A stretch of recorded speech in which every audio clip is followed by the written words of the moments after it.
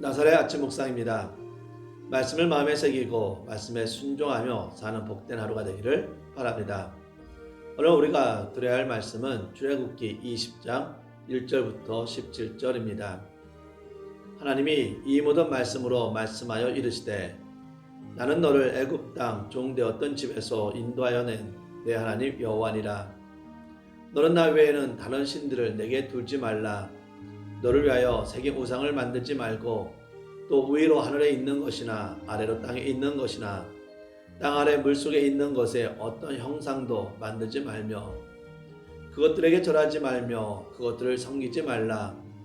나 내 하나님의 여호와는 질투하는 하나님인즉 나를 미워하는 자의 죄를 갚되 아버지로부터 아들에게로 3~4대까지 이르게 하거니와 나를 사랑하고 내 계명을 지키는 자에게는 1000대까지 은혜를 베푸느니라. 너는 내 하나님 여호와의 이름을 망령되게 부르지 말라. 여호와는 그의 이름을 망령되게 부르는 자를 죄 없다 하지 아니하리라. 안식일을 기억하여 거룩하게 지키라. 엿새 동안은 힘써 내 모든 일을 행할 것이나 일곱째 날은 내 하나님 여호와의 안식일인즉 너나 내 아들이나 내 딸이나 내 남종이나 내 여종이나 내 가축이나 내 문 안에 머무는 객이라도 아무 일도 하지 말라. 이는 엿새 동안 나 여호와가 하늘과 땅과 바다와 그 가운데 모든 것을 만들고 일곱째 날에 쉬었음이라. 그러므로 나 여호와가 안식일을 복되게 하여 그날을 거룩하게 하였느니라. 내 부모를 공경하라. 그리하면 내 하나님 여호와가 내게 준 땅에서 내 생명이 길리라. 살인하지 말라. 간음하지 말라. 도둑질하지 말라. 내 이웃에 대하여 거짓 증거하지 말라. 내 이웃의 집을 탐내지 말라. 내 이웃의 아내나 그의 남종이나 그의 여종이나 그의 소나 그의 낙이나 무릇 내 이웃의 소유를 탐내지 말라. 아멘. 하나님께서는 이스라엘 백성들을 제사장 나라 거룩한 백성으로 삼으셨습니다. 이는 이스라엘 백성에게 임한 큰 축복이요 큰 특권입니다. 그러나 이스라엘 백성이 거룩한 백성이 되기 위해서는 그에 합당한 삶을 살아야 합니다. 그래서 하나님께서는 합당한 삶을 살기에 필요한 행동 지침을 주셨습니다. 그것이 바로 십계명입니다. 십계명은 하나님 나라 백성들에게 주어진 계명입니다. 많은 사람들이 십계명을 딱딱하고 부담스러운 것으로 생각을 합니다. 그러나 그렇지 않습니다. 십계명은 이스라엘 백성들로 하여금 선악간에 분명한 기준을 잡아주고 그들이 죄에 빠지지 않도록 그 마음을 잡아주는 울타리와도 같습니다. 먼저 하나님께서는 십계명을 주시기 전 하나님과 이스라엘 백성의 관계에 대해서 말씀해 주십니다. 2절을 봅시다. 나는 너를 애굽 땅 종되었던 집에서 인도하여 낸 내 하나님 여호와니라. 하나님은 왜 이 말씀을 하십니까? 우리가 똑같은 계명의 말씀을 들어도 누구로부터 듣는가 하는가가 참으로 중요합니다. 나를 억압하고 지배하고자 하는 사람의 계명을 준다면 처음부터 반발심이 들 것입니다.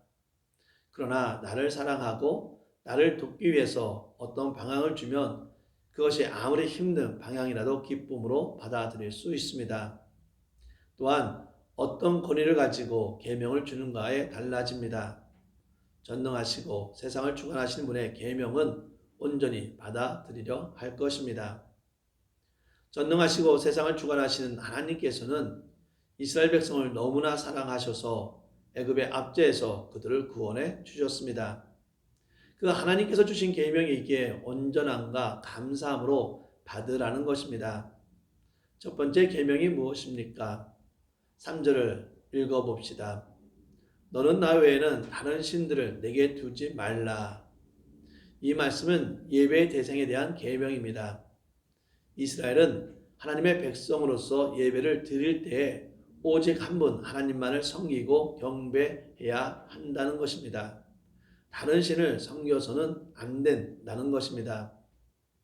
왜 하나님 외에 다른 신을 두면 안 됩니까? 다른 신은 엄격히 말하면 신이 아니기 때문입니다. 하나님께서 출애굽 때 10가지 재앙을 통해서 보여주신 바가 무엇입니까? 세상 사람들이 신이라고 섬기던 그것들이 신이 아님을 보여주셨습니다. 애굽 사람들은 태양도 신으로 섬겼고 개구리도 신으로 섬겼고 오래의 신, 곡식의 신, 건강의 신, 각축의 신을 따로따로 섬겼습니다. 왜 이들은 많은 신을 섬기며 절하고 있습니까? 이들은 창조주 하나님, 모든 것을 주관하시고 섭리하시는 하나님을 알지 못했기 때문입니다. 그래서 그들은 절대적인 한 신을 섬기지 못했습니다. 어느 한 신이 모든 문제를 다 해결하는 절대적 능력이 없다고 생각하므로 절대적인 신에 대한 신뢰가 없었기에 각 분야별로 신을 만들어 놓고 섬겼습니다. 오늘날에도 많은 사람들이 많은 신을 섬기고 있습니다. 산에는 산신령이 있고 바다에 가면 용왕이 있고 하늘에 가면 우레와 번개의 신이 있다고 생각을 했습니다. 그러나 겨우 한 분야만 다스리는 신이라면 참 신이라고 말할 수 없습니다. 그것은 인간이 만든 유사품이요 짝둔 신입니다. 인도에서는 몇 년 전에 비자신이 생겼습니다. 왜냐하면 묘에 오기 위해서 비자가 필요했기 때문이었습니다. 비자를 받기 위해 비자신을 만들어 비자신에게 빌기 위한 것이었습니다.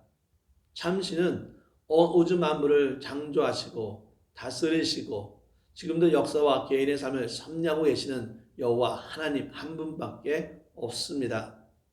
그러므로 우리가 절대로 다른 신을 섬기거나 그것들에게 마음을 빼앗겨서는 안 되겠습니다. 우리는 십계명 주신 하나님의 말씀에 따라 하나님만을 섬기고 하나님만 예배하는 예배자가 되어야 합니다. 십계명의 의미를 아는 것만이 중요한 것이 아니라 이 말씀을 절대적으로 순종하여 지키는 것이 중요합니다. 오늘날 이 세상은 법이 있지만 법이 없는 세상처럼 되어가고 있습니다. 사람들은 서로 좋은 것은 좋은 것이 아닌가 생각하며 함께 죄를 묵인하며 살아갑니다. 웬만한 것은 죄로도 여기지 않습니다. 심지어는 성도들조차도 법을 어기며 사는 경우가 많습니다. 하나님께서 왜 십계명을 양피지에 기록하라고 하지 않고 두 들판에 기록하도록 하셨습니까? 깊숙이 각인이 되어서 지워지지 않도록 하시기 위함입니다. 우리는 하나님의 말씀, 특히 십계명을 마음에 새기고 순종함으로 하나님의 법이 나타나는 하나님의 나라로 만들어가야 합니다. 오늘 말씀 5절과 6절을 보십시오.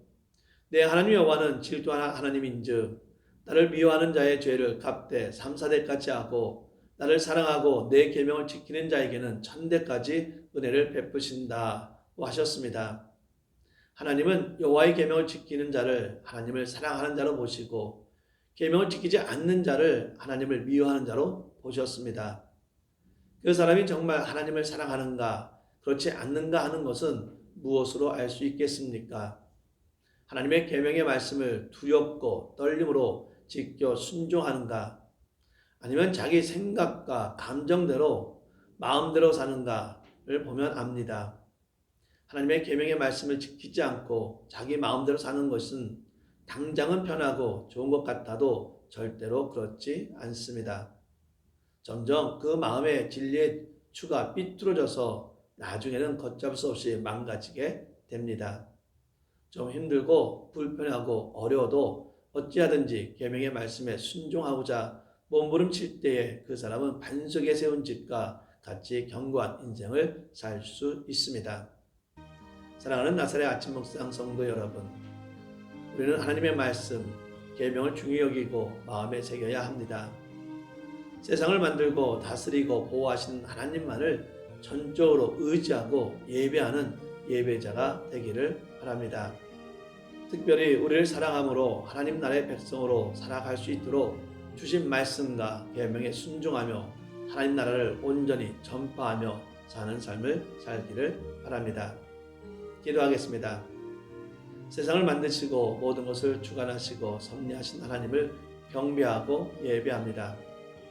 하나님의 백성인 우리는 하나님만 바라보고 하나님만 섬기고 예배하는 자가 되게 하여 주시고 특별히 하나님이 주신 말씀을 마음에 새기고 순종하는 삶, 거룩한 백성으로 하나님 말씀에 순종하며 하나님의 말씀을 온 세계에 전하는 자가 되게 하여 주시옵소서. 하나님의 말씀이 온 세계 곳곳에 전해질 수 있도록 복음을 전하는 삶을 감당하게 하여 주시옵소서. 모든 영광을 하나님께 드리며 예수님의 이름으로 기도합니다. 아멘.